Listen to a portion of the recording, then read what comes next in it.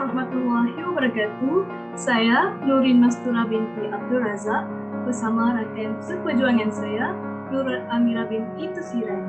Kami akan membentangkan video inovasi pengajaran bagi teks antarmuji Naskah Puisi Alam Melayu. Puisi yang kami pilih ialah puisi yang bertajuk Dalam Hasil Nukilan Muhammad Ikhwan Hakimi dari Malaysia. Assalamualaikum semua. Nama cikgu ialah Cikgu Nurul. Pada hari ini, Cikgu Nurul dan juga Cikgu Mastura akan memulakan sesi pengajaran kita dengan mendeklamasikan beberapa rangkap sajak yang telah diilhamkan oleh Muhammad Ikhwan Hakimi.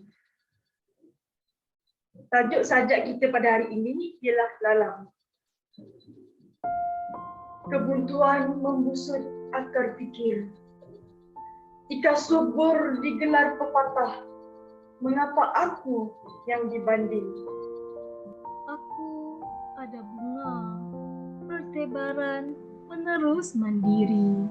Mengapa kau racun, tubuhku teguh tak tunduk bumi? Mengapa kau siat, warnaku seiras padi?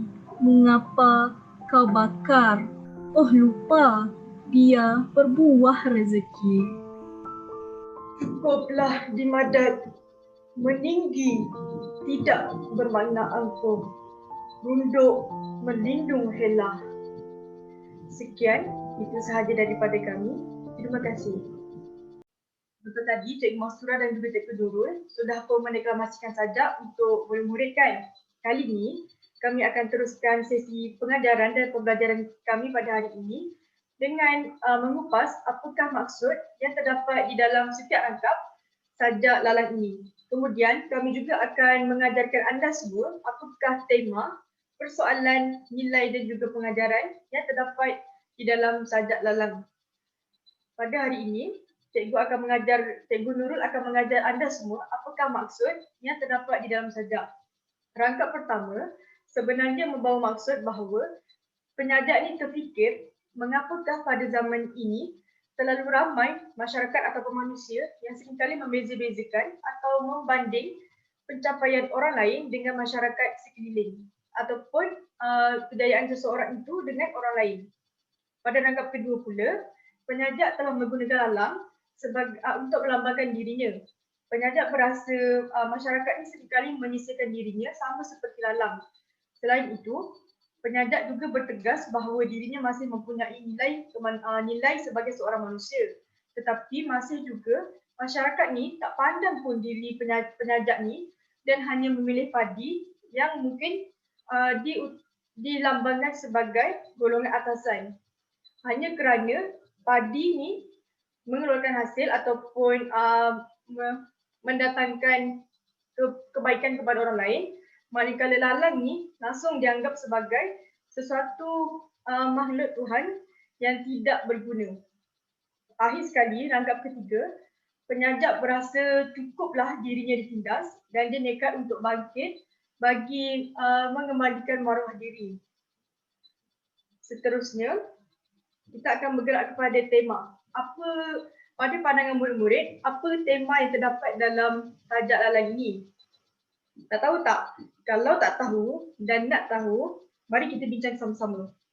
Tema yang terdapat dalam sajak lalang ini sebenarnya ialah penindasan dan juga kezaliman yang dilakukan oleh masyarakat sekeliling kepada orang lain.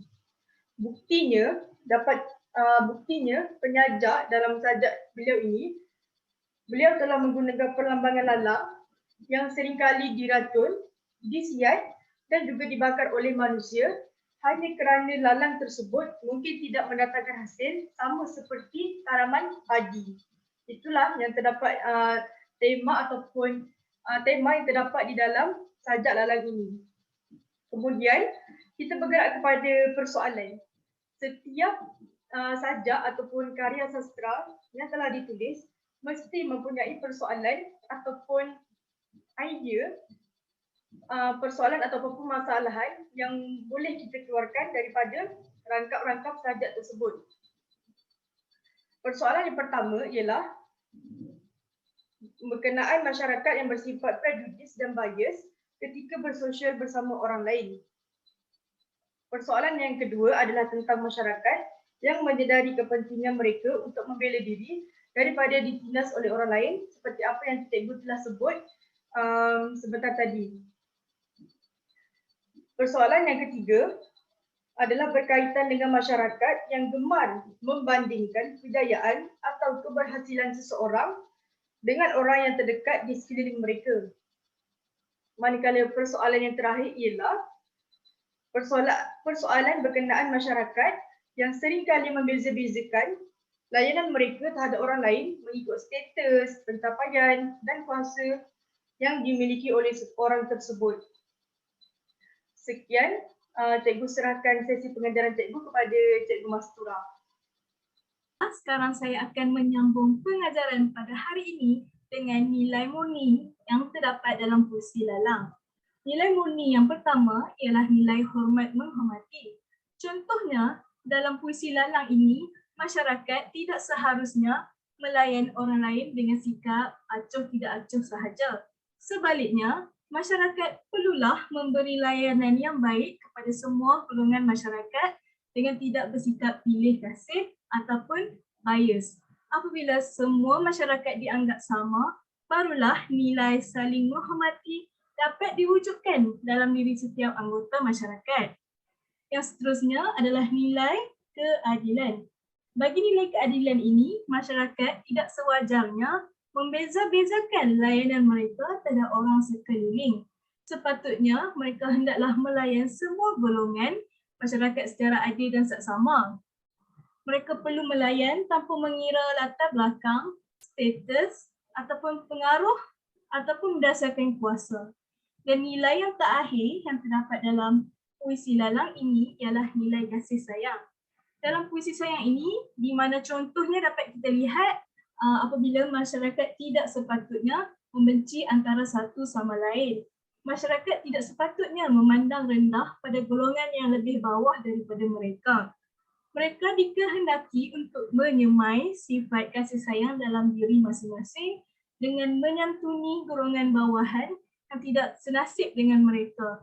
Melalui penyemaian kasih sayang ini, ukhuwah dapat dijalinkan dengan lebih rapat lagi. Baiklah, sekarang kita akan memasuki kepada pengajaran yang terdapat dalam puisi lalang.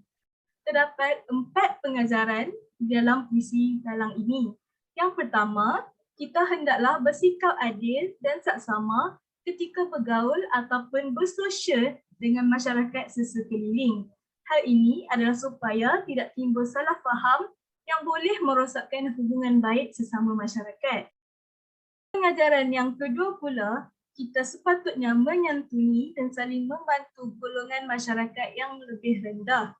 Status sosial dan jurang pendapatan ini tidak seharusnya dijadikan sebagai alasan untuk kita berpecah belah. Yang seterusnya adalah pengajaran yang ketiga, iaitu kita perlulah bangkit dan memajukan diri sendiri daripada terus menjadi mangsa penindasan dan kezaliman dalam masyarakat di sekitar. Dan pengajaran yang terakhir ialah amalan pilih kasih dan prejudis perlulah dibanteras supaya hal tersebut tidak berakar umbi dalam masyarakat. Sekiranya amalan ini masih diteruskan, sudah tentu banyak masalah sosial akan berlaku. Kesannya, hubungan sesama manusia dan masyarakat juga akan terkena tempiasnya seperti timbul pergaduhan, perkelahian dan salah faham serta terasa diri dalam setiap anggota masyarakat. Sekian sahaja pembentangan pengajaran daripada saya dan Amira. Terima kasih.